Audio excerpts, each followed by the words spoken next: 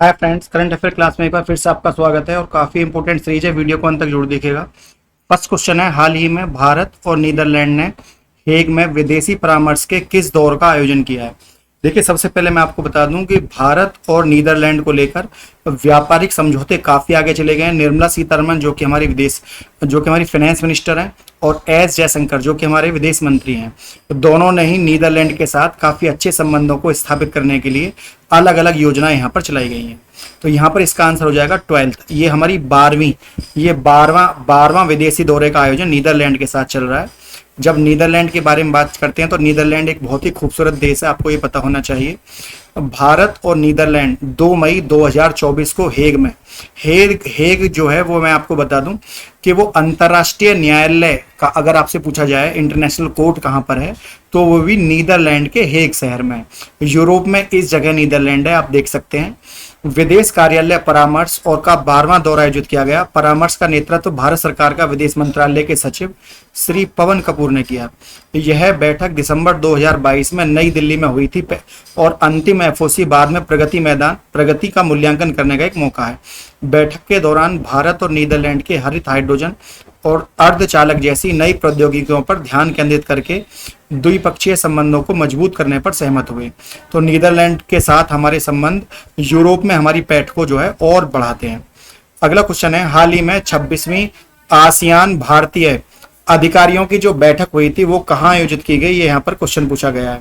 ठीक है, तो ये भी आप देखिए, आसियान शिखर सम्मेलन जो है वो भारत की सीमा के आसपास जो भी एशियाई देशों का एक ग्रुप है, इसके बारे में भी हम बात करेंगे। सबसे पहले क्वेश्चन जो है, recently where was the 26 Asian Indian senior officials meeting जो हुई थी वो कहाँ पर हुई थी।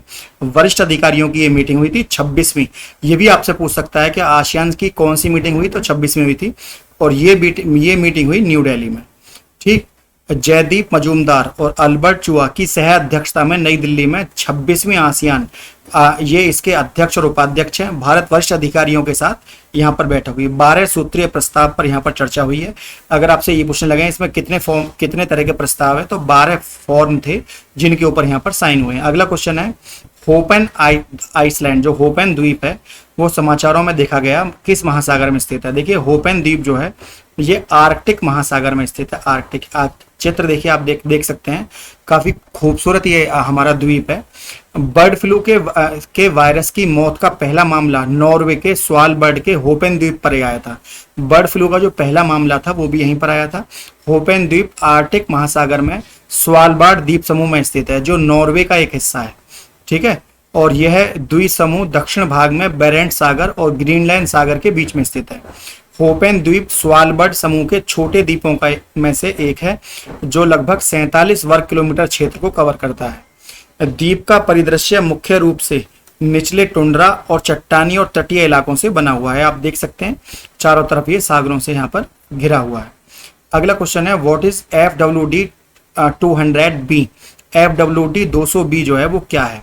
रासायनिक हथियार है, स्वदेशी बम वर्षक वामन रहित विमान है, मानव रहित, या भारतीय नौसैनिक जहाज है, या एक्सोप्लैनेट है। तो देखिए, ये जो है स्वदेशी बम वर्षक मानव रहित विमान है। इस विमान में मानव जो है नहीं रहता है ना। जैसे हम कार्गो शिपों में सामान ले जाते हैं, इस तरह से यहाँ पर बम चढ़ाए जाते हैं और ये अपने आप ही बम वर्षा देता है। ये खुद जो है सैटेलाइट के माध्यम से इसको ऑपरेट किया जाता है। बेंगलोर में स्थित एक कंपनी ने भारत का प्रमुख स्वदेशी बम वर्षक UAV FWD 200B पेश किया है। मध्यम ऊंचाई, लंबी धीरज क्षमता वाले इस जहाज का अधिकतम टैंक ऑफ वजन 498 किलोग्राम है और समुद्र तल से 9000 फीट की ऊंचाई तक ये उड़ान भर सकता है। यह ऑप्टिकल निगरानी गियर से सुसज्जित है। सटीक हवाई हमलों के लिए मिसाइल और हथियारों के लिए एकीकृत इसको किया गया है। अगला क्वेश्चन है, स्पेक्टर RG-SRG जो है वो क्या है। देखिए, परमाणु चलित पनडुब्बी है, नई खोजी गई समुद्री प्रजातियां हैं, सिंथेटिक ओपियोड दवा है, अंतरिक्ष वेधशाला है। तो ये हमारी स्पेस ऑब्जर्वेटरी है, जिसको हम अंतरिक्ष में वेधशाला यहाँ पर बोल सकते हैं। अंतरिक्ष में वेधशाला की आवश्यकता क्या पड़ती है। देखिए, कितनी सारी सैटेलाइट यहाँ पर लगी हुई हैं, आप देख सकते हैं। स्पेक्ट्रम RG वेधशाला का उपयोग करके खगोलविदों द्वारा एक नई पल्सर की खोज की गई है। 2019 में इसको लॉन्च किया गया। स्पेक्टर RG एक जर्मन रूसी उच्च ऊर्जा खगोल भौतिकी वेधशाला है। ठीक है। एक उच्च ऊर्जा, रूसी उच्च ऊर्जा खगोल भौतिकी वेधशाला है जो एक्स के रेंज में ब्रह्मांड का का अध्ययन करती है। देखिए ब्रह्मांड के अध्ययन करने के लिए इसको लगाया गया है।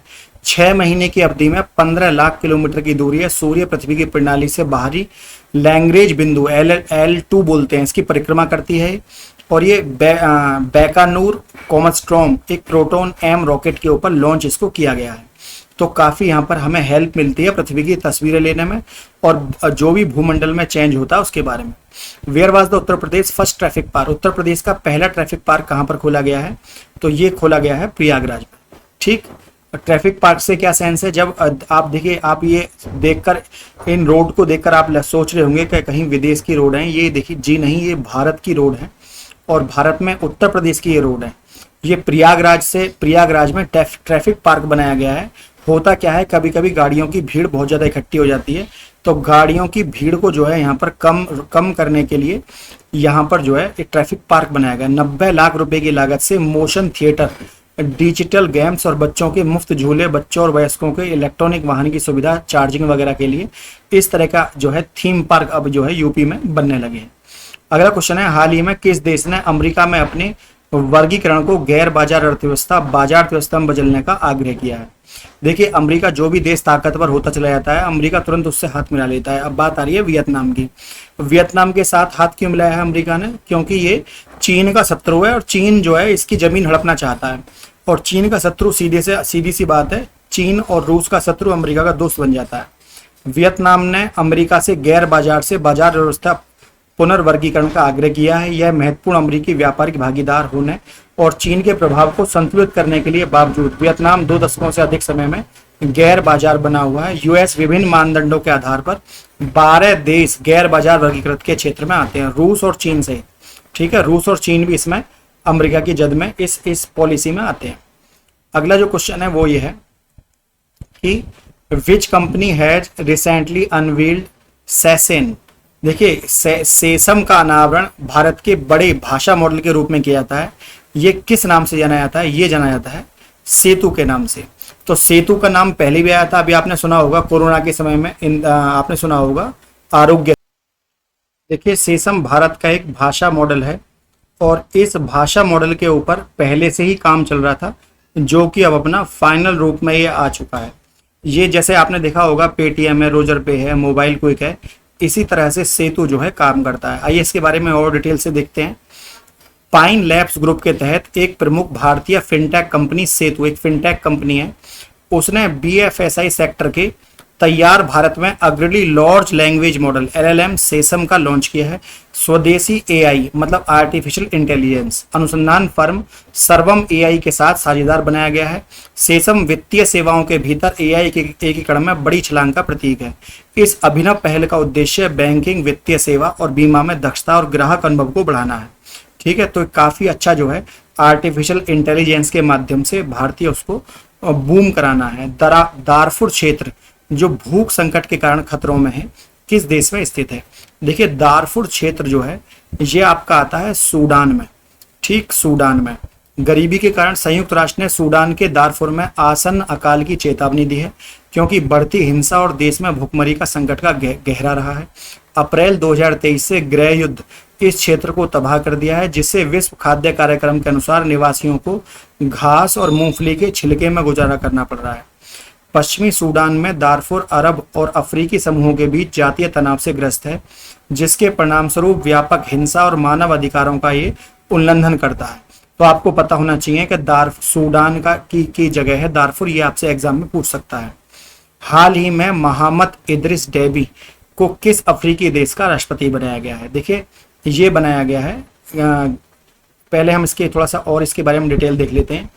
चाड के सैन्य तानाशाह, ये चाड एक अफ्रीकी देश है, वहाँ के एक तानाशाह हैं जो कि आप देख सकते हैं, पहले वहाँ के मिलिट्री हेड हुआ करते थे। अंतरिम राष्ट्रपति इद्रिस एटानो ने 2024 का राष्ट्रपति चुनाव जीता है। इन्होंने अपने पिता राष्ट्रपति इद्रिस डेबी की विद्रोही द्वारा हत्या के बाद 2021 में सत्ता संभाली। इद्रिस डेबी ने तानाशाह के रूप में चाड पर 30 वर्ष तक शासन किया था। मोहम्मद इद्रिस डेबी को जीत से उनका शासन अगले 6 वर्षों के लिए बढ़ जाएगा। इनके नेतृत्व को वैध ठहराते हुए 10 मई 2024 को राष्ट्रीय चुनाव प्रबंधन एजेंसी द्वारा उसकी घोषणा करी गई है।